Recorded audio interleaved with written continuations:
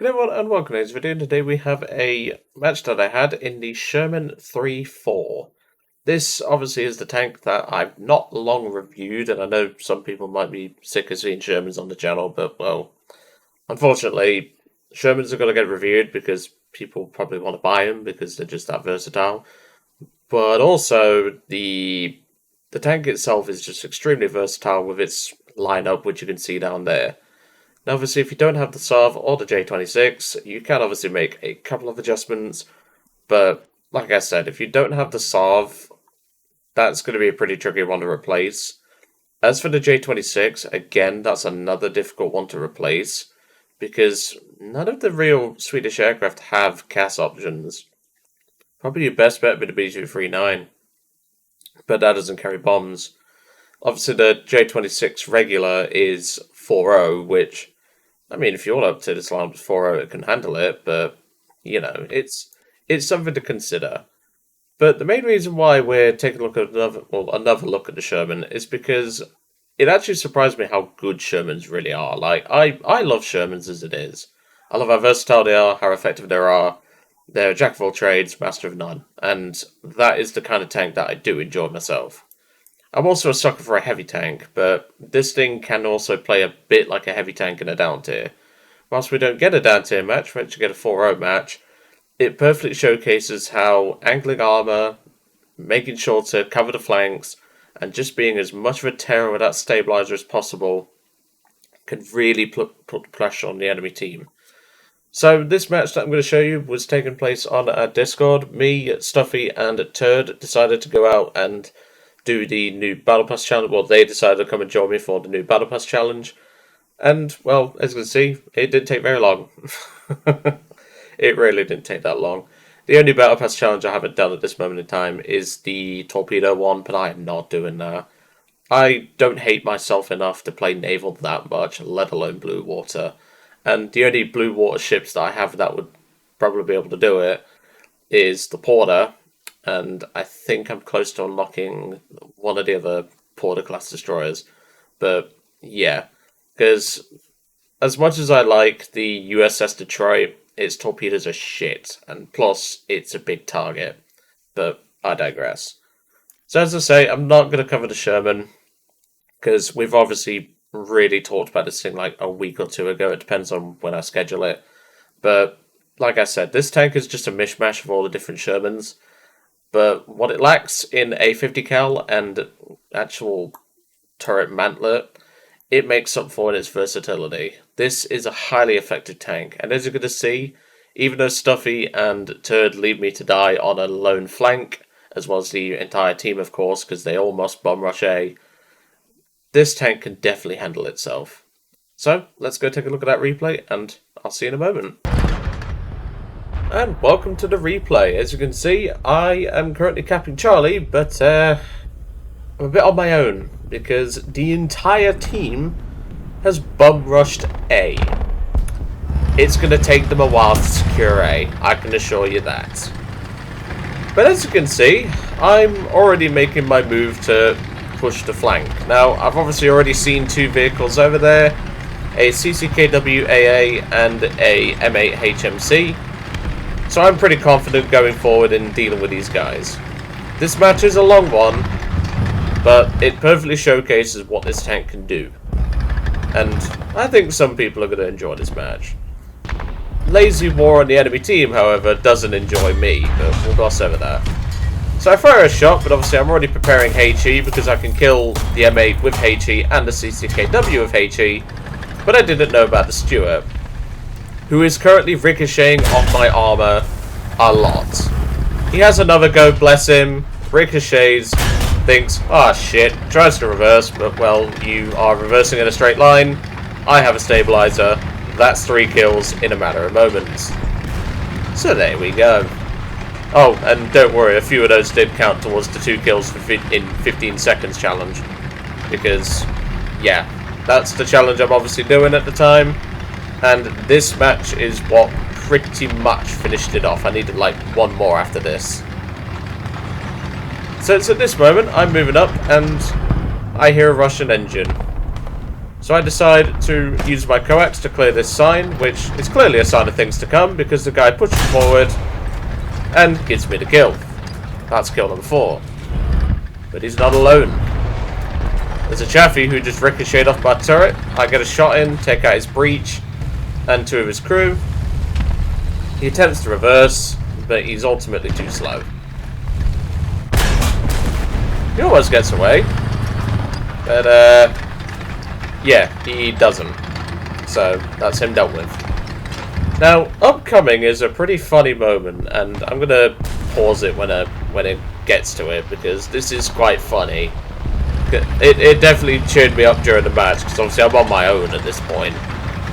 But the fact that I'm holding the flank pretty well is a summary of how good this tank is, but also the fact that I know what I'm doing.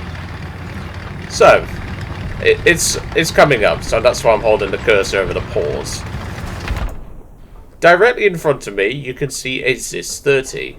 If you look very closely at your screen, you can actually see a second tank destroyer right here. There's a ZIS 30 and a Chiha long gun hidden in these bushes. They also have bushes on their tanks, so it was practically impossible to see these little shits. But here's something that made me chuckle during the match. So I'm moving forward, and that's when I spot what looked like a vehicle. So the ZIS 30 doesn't fire yet.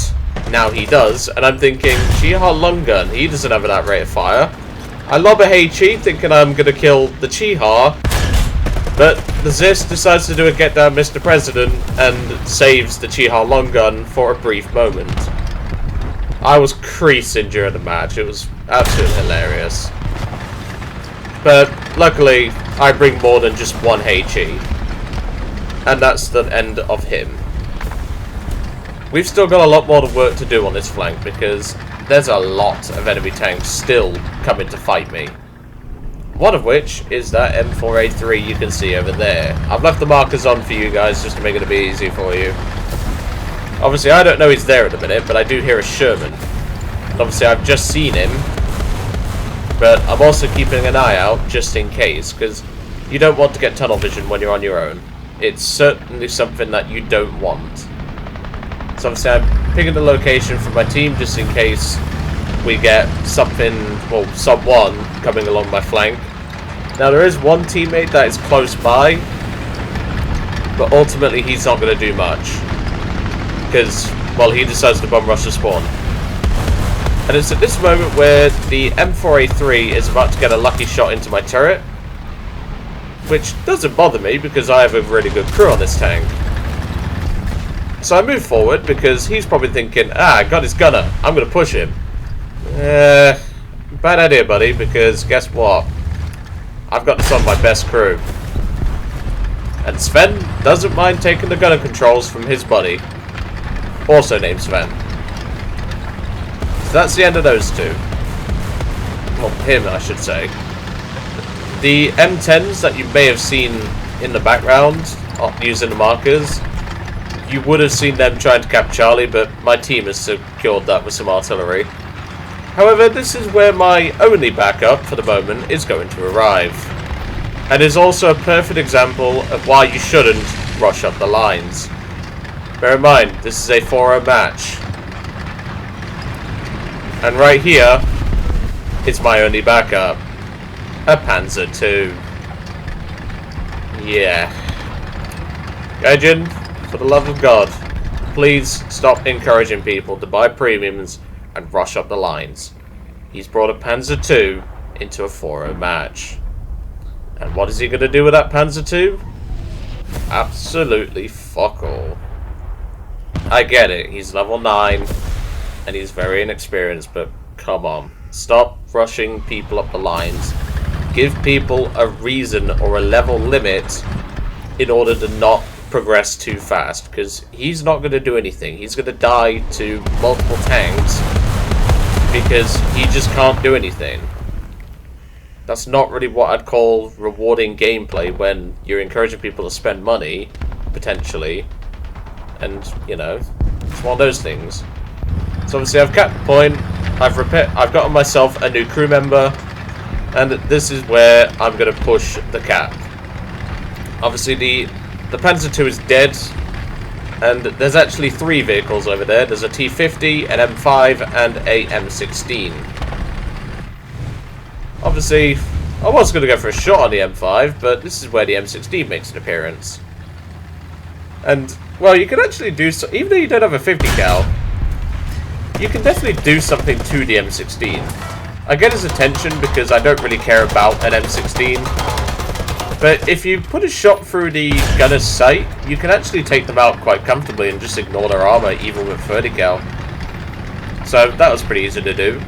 I'll kill the M5 because that's an annoying little shit, and we're about to deal with a T-50 now, who, bless his little heart, he tries to fight a Sherman head on. And well, that doesn't exactly end well for him. As you can see though, on the left hand side of the map, the team is actually losing the cap. Yeah, this is, that is how my team was. They just weren't the intelligent ones. The entire team bum rushed A and is still losing that side. I'm holding this side on my own. It's at this moment I spot a Jag-10. I do hit him with a 75, but it was a bit over the top. But I load a HE, and, well, that's the end of him. I killed the driver first, because obviously that thing can't shoot over the front, so I didn't need to rush. But that's the end of him. It's at this moment where the very pissed off M16 player decides to come and try and give me some revenge. But obviously I recognise it as a P-shoot and I start laughing. But it's at this moment where he makes a quite aggressive dive angle. It's when I think, yeah, I might want to move.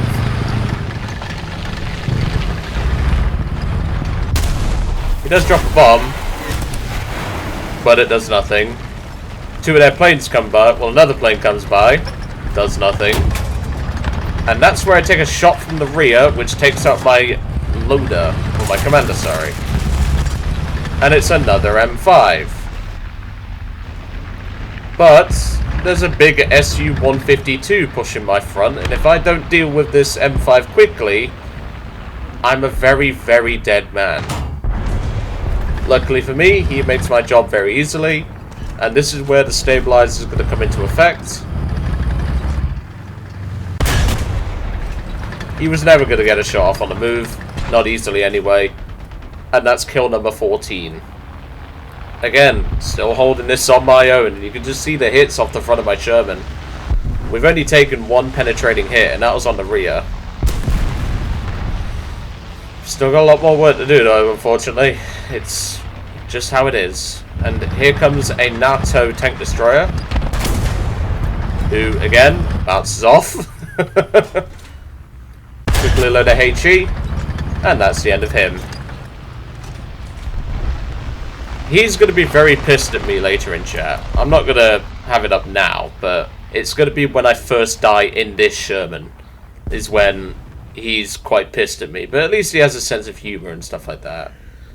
But yeah, I've still got more to deal with, because whilst I'm getting a brief moment to breathe, I'm at least getting some more HE rounds back in the tank, because that's always nice to have.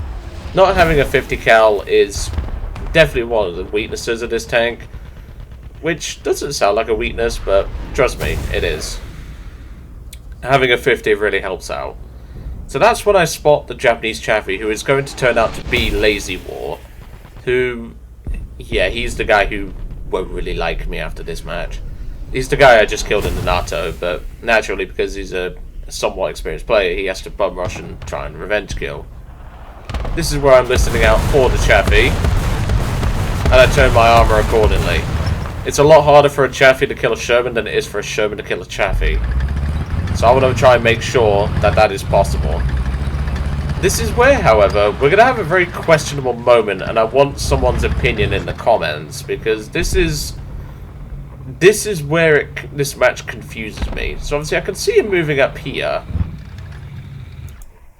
So what I'm going to do is I'm going to briefly pause right here. So obviously I have a clear line of fire, but it's what happens after. See, in my perspective, not the replay's perspective that I have now, I didn't have a shot on this Chaffee. I'm going to quickly use the free camera just to demonstrate what I mean.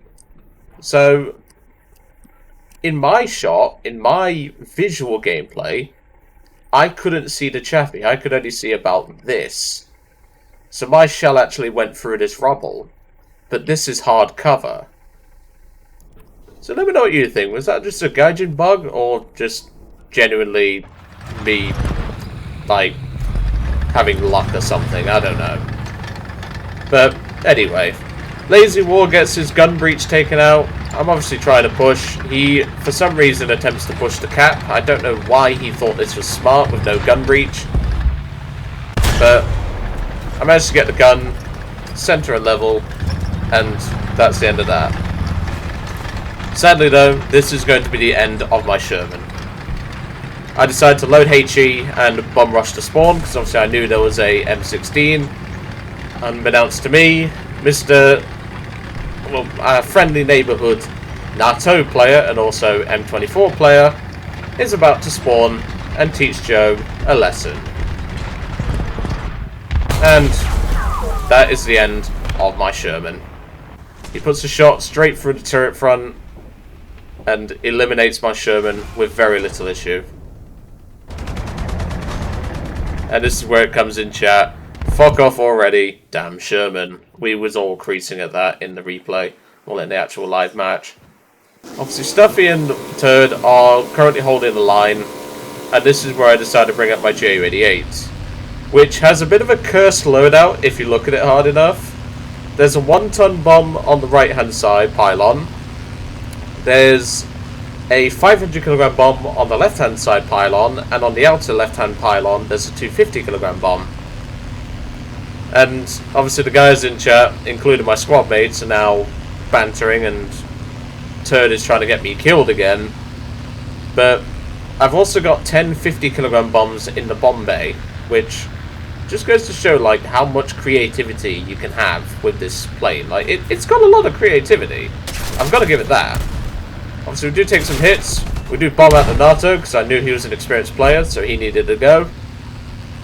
And this is where we've got just the 1000 left. I tried to bomb the M16 with the 250, it missed. So I'm bringing the Ju-88 back around for another run. And well, this is where the 1000 comes in clutch. But of course, there's more than just one. There's like 5 AAs up, and they just butcher my Ju-88 out of the sky. I did get a couple kills with it, so it's not the end of the world. But this is where I'm now asking the guys, what would you prefer, J26 David or another Sherman? We all decided on another Sherman due to the amount of AAs up. And well, the biggest threat to my Sherman right now is the YAG-10 on the enemy team, but he's not really going to make an appearance too much. But like I said, I'm going to quickly jump us ahead a little bit because there's not much going on. Like I said, this lineup is extremely potent and capable. The fact is that I can do this kind of run whilst not really putting in a huge amount of effort into the match, because whilst I was focusing towards like the mid part, at this point I'm just chilling. I'm not taking this seriously. But, you know, it's one of those lineups that just has so much versatility and effectiveness. It's genuinely surprising. So at this point, the Yak-7 comes in for a strafe, which I'm not bothered. I can hear a Kai-43, which is more of a higher priority. Now, if I had a 50 cal, he'd be dead. But I don't. So, yeah. That is unfortunately just how pitifully weak a coaxial 30 is on a tank. But as you can see, it's just me, Turd, Stuffy, and another teammate. And we are holding the flank as best we can. Lazy Wars spawned back in an M19. Obviously I've heard him. But that T50 is going to be my last kill of the match.